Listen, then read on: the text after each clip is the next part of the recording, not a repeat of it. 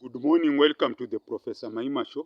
Hope you are doing well wherever watching me from around the world.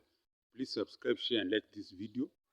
So, yesterday the Kenya Harambee Stars was playing against Cameroon. Remember Cameroon, the indomitable Lions. This is a strong team. It has a very glorious history. The millenniums, who can forget the great Roger Miller, Oman Big, all the way to Eto'o. Cameroon has produced some great players. The late Vivian Four, that great player who died in a tournament. So Kenya was playing with them Harambee Stars. So it was beaten 4-1. So people were behaving as if they did not expect that. That was expected. But the only irony is that the other week Kenya had drawn with, I think it was Namibia, 0-0. And the same Namibia lost to Cameroon 1-0. And Kenya had beaten Zimbabwe, and the same Zimbabwe had drawn 0-0 with Cameroon. So it means there's something wrong with our national team. That's why I'm saying changes in Harambee, in Kenyan Harambee Stars. Changes in Kenya Harambee Stars. So Harambee Stars is the Kenyan national soccer team. It has had a checkered history. In the 80s and 90s, we were very good. We were even participating in Cup of Nations. We were regular competitor, participant, because competitor were always being knocked out in the first round. But in the early 2000s, something happened. Our soccer really dipped. It went from 100 to 0. So that's why I'm saying changes in Kenyan Harambee Stars. So the Kenyan football team, the senior team, is in total shambles. In fact, I just hope they finish the games. It get disbanded. In fact, that coach will be fired. I don't know which country. He's a mediocre coach. You see, a good coach should be able to understand the players. And this is what Nigeria and Ghana are suffering from. Nigeria always had great coaches, like in the 90s, Westerhoff, I don't know, something like that. Even Ghana, they had even a local coach who knew the players. They would go to local leagues and get players, and then these players would be showcased in the national team and also get opportunity to play professional. That's what made Nigeria, Cameroon, and Egypt become very great. But see, Egypt has a unique thing. Most of their players play in the local league, and they were performing well. But these days, because soccer has advanced so much, because now most Egyptian players are playing in local leagues, they cannot be at that level they were with other teams. So that's what I'm saying, changes in Kenyan Harambee Stars. We need a local coach, like yesterday, with former players helping him. Like I can think off my head, someone like Matano, the coach of Kenya Breweries. I don't know if he's still coaching. He can be a good coach. Assisted by people like Ambani, Fred Ambani, former Kenyan Harambee Stars striker. He has played all over. Also assisted by former goalkeepers like Oniso, former defenders. This one used to play for Yanga. There's another defender. There can also be other players, but a coach like Matano, assisted by former Harambee Stars players who have played professional outside Kenya. They have had the exposure. They are good. They can bring in good knowledge and skills. Like our former goalkeeper, Francis Oniso, was a very short guy, but a very good goalkeeper for Harambee Stars. So there's a person who can bring in knowledge. He's also a former army officer, bringing discipline. You understand? Changes in Kenyan Harambee Stars. We need to go back to the ground. They are saying we should go back to the drawing board. No, there's a lot of talent in these estates, in the villages. So what we need is to go and get these young players. There should be soccer academies. And then also now, you see, we want our Harambee Stars to play, but our league is collapsed. The great Gor Mahia and FC Leopards have become a pale shadow. Imagine they were going to benchmark with Yanga and Simba. No, what's the word? I don't want to, no critique for those teams, but Kenya soccer was always too big even for these Tanzanians. Even our national team always beats Tanzania. That's just a given. That's a team we beat easily. But the national league, professional league is professional. Their local league is professional. It has more sponsors. And Because of that, many players are doing very well. So that's what I'm saying. Changes in Kenya Harambee Stars. We need, first of all, the youth system needs to be changed, energized. Then soccer academies are important. Local competition sponsored by corporates is important. Then our national league, what I was thinking, we need to get, like we used to have super sport. We need to go again, this is betting companies. We need to get a big company. We need to go and talk with super sport. Not even super sport, with the sports specialists. Just talk with them nicely. Let them come back, start sponsoring our national league. Go to the various teams. Tell the teams to find a way of earning money. They should get sponsors, corporates. They should find a way of talking with corporates. Because this thing of saying, the funds can remove money, Kenya people are broke. The economy is doing bad. If you tell someone to be a member of FC Leopards, I'm a fan of FC Leopards, and you pay $5, 500 per year, very few will pay. That is a non-start. All these teams should get people to sponsor them. They can be corporates, they can be individuals. The corporates can be individuals, I'm saying, but they put money in the teams. We have many billionaires in Kenya. Talk with one or two to sponsor one or two teams, go to corporates, so that at the end of the day, all the teams in the Kenyan Premier League have a sponsor, so that there's consistency. They can budget even for 5 years, 10 years. Sports Space is also bringing in money. I hope it brings in money like a sponsor like Sports Space does well. Brings in money. Also make our stadium safe. I can't attend a game and then there will be violence with my children. I cannot attend a game where there will be violence and I'm carrying my family. Once you make the soccer stadium safe, you remove hooliganism, people will be filling the stadiums, and you charge even a minimum of $10, 1,000 shillings and above. You see, it's 1,000. It doesn't matter if it's a child or an adult. Everyone pays $10, 1,000 shillings. If it's VIP, $20, 2,000, isn't it? Yeah, $10, 1,000, $20, 2,000. That's how now teams start earning money from gate collection, because games are safe. You have sponsors for this team. Each team should find a way of getting someone to sponsor them. They should think outside the box. And then you have a big sponsor. Now sponsors the league. Like the Tanzania Sports League is sponsored by a big company. Is it a bank? Something like that. With that, so that when these youths get from schools, they go to soccer academies. Then the soccer academies are the feeders for this Premier Leagues. And each Premier League should have a youth team that also goes to this local soccer competition to poach players. When I was growing up, that's how soccer players in FC Leopards will be identified. I remember Green Commandos. Kakamega High School will supply many footballers to FC Leopards. And they will enter the FC Leopards when they were teenagers, 18, 19, 20. So there was consistency. And then now, even those days, there's no professionalism. But these days, with the professional, getting a chance to play professional, it's even sweet. Like what they have done for the under 20. Kudos to our former sports cabinet secretary, Ababu Namwamba.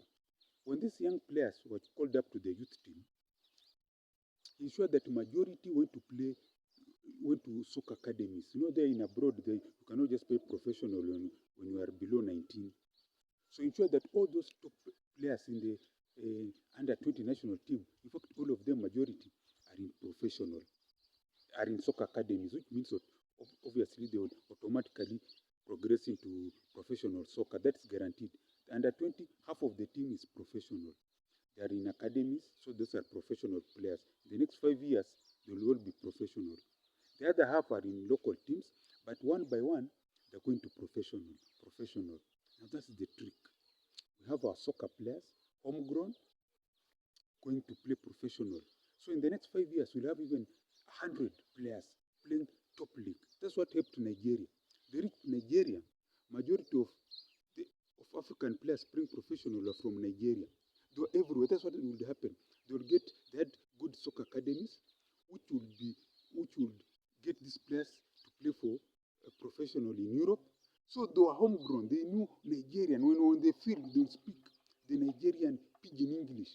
But now here in Kenya, one shortcut. We hear someone was born by an English father, a German mother. So these players, when they come to the national team, some of them are just average players. It's just that they had someone. Now we have the worst soccer national soccer team on the African continent is Harambee Stars. Useless to the core. So I hope they finish these games. I'm sure they want to qualify. That group, Cameroon, and most likely Zimbabwe will qualify. Kenya is now, that team we have forgotten about it. That's a lost project.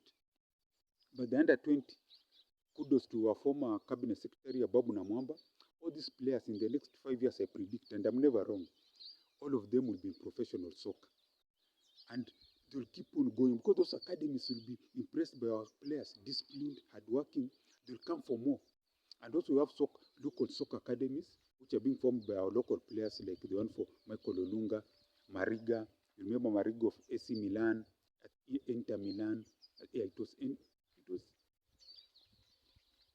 Inter Milan. He was coached by Mourinho, the great coach. We have his brother Wanyama, who is now in America, is about to retire. That soccer academy of the Marigas, Wanyamas, will take many players outside. I predict in the next 5 years it will take even close to 100. The same with Olunga. So in the next 5 years, we'll have over 100 Kenya players playing professional who are homegrown, born in Kenya, going to soccer academies here and abroad, and playing for top teams. It's just a matter of time before a Kenyan player starts playing for Premier League. Like the way Wanyama played for Tottenham, and before that he was playing for Southampton. Don't be surprised if one day the great Arsenal has a Kenyan goalkeeper. They were going. Sooner or later you're going to have that one is coming. So that's why I'm talking about the Kenyan changes in the Kenyan national team, changes in Kenyan, you can say changes in Kenyan Harambee Stars, changes in Kenyan Harambee Stars, yeah. Changes in Kenyan Harambee Stars. Or even I can just say changes in Kenyan soccer, yeah. Changes in Kenyan soccer, dash Harambee Stars, changes in Kenyan soccer. So we need these changes they have talked about. And that coach, Fiat, used to have back in the day, used to have a vehicle called Fiat Uno. It was a very good car, but could not reach up country. The engine would just overheat. That's why I'm talking about the Harambee changes in Kenyan soccer, dash Harambee Stars. That team, the coach has to disappear. He has a big letdown. He has brought, this was a team with a few great players, potential, but wasted. They just need to go away now. The under 20 is grow. Our Premier League needs sponsors. We need more soccer academies. We need more money in the local league. Because we provide betting. I had the Kenyan people who bet give the industry over 100 billion shillings per year. That's enough money to change Kenyan soccer in 5 years. If that money is used well. So the Kenyan government gets a lot of taxes and it doesn't even put something in soccer. You are taxing these betting companies billions of Kenyan shillings and you are putting even zero. But I'm happy the stadiums are coming about. But I hope one day all Kenyan teams should have a sponsor and a stadium. These things of playing in stadiums that are nationals, it's not good. Harambee, Gor Mahia, FC Leopards, Breweries, Shabana should all have their own stadiums so that they bring a great glory that used to have in the 80s and 90s. And I just hope that whoever is running Kenyan soccer brings changes in Kenyan soccer, Harambee Stars, so that now we also enjoy soccer. But I'm here today, the under 20 is playing today. I hope they do well. They qualify for the under 20 Africa Cup of Nations. Maybe they won't do well in the Cup of Nations, but that's exposure. Then they'll be regular. One day, they'll take Kenya to the World Cup, this squad. Remember the Portuguese, the golden era of Akina Figo. They started like this, just a joke. And then they produced the golden age of Portuguese soccer. Yes, Ronaldo has won things with the Portugal, the European Cup once, but their squad cannot beat the Figo generation. Costa Cota. Even today, when you read the World Soccer, you have to mention Figo, who played Barcelona, Costa Cota. They were wonderful players. Those when soccer was soccer. I remember Euro 2000. Oh, God. Just go and Google the Gen Zs. Euro 2000, where I think France won. France were the World Cup winners in 98, but they won that. They played with Italy in the final. But Portugal, everyone loved that team. Figo, Costa Cota, everyone. Oh, this is where the Kenyan under-20 Harambee Stars is going with this Tibet, Harvey, you name them, wonderful players. We are going there. So this is the Professor Maima show. Let's have changes in Kenyan Soccer-Harambee Stars. I want to pray for you who's watching me, that you have a long life, that your dreams become reality, that you become rich and prosperous, not only your children, grandchildren, and all your generations. Your dream to get a job becomes reality. Your dream to buy your first car, reality. Your dream to buy that land, reality. Getting a passport and traveling outside Kenya, reality. Getting a partner and starting a family together, reality. Getting business partners, a reality. Building that flat that you want to build, reality. Getting to a startup to grow into $1 million company as a reality. Peace in Kenya, reality. Pray for myself, get big money, build a big technical university, to produce a product that can be used here in Africa and worldwide, provide jobs for these young Gen Zs, and to train future entrepreneurs, and to earn myself big money and the Kenyan government big money. That's my prayer, amen. If you like what I've said on this video, please send something on mobile M-Pesa there, +254 769 729 327. I repeat again, mobile M-Pesa, +254 769 729 327. And as I always say, gwaheri ya kuonana, gwaheri.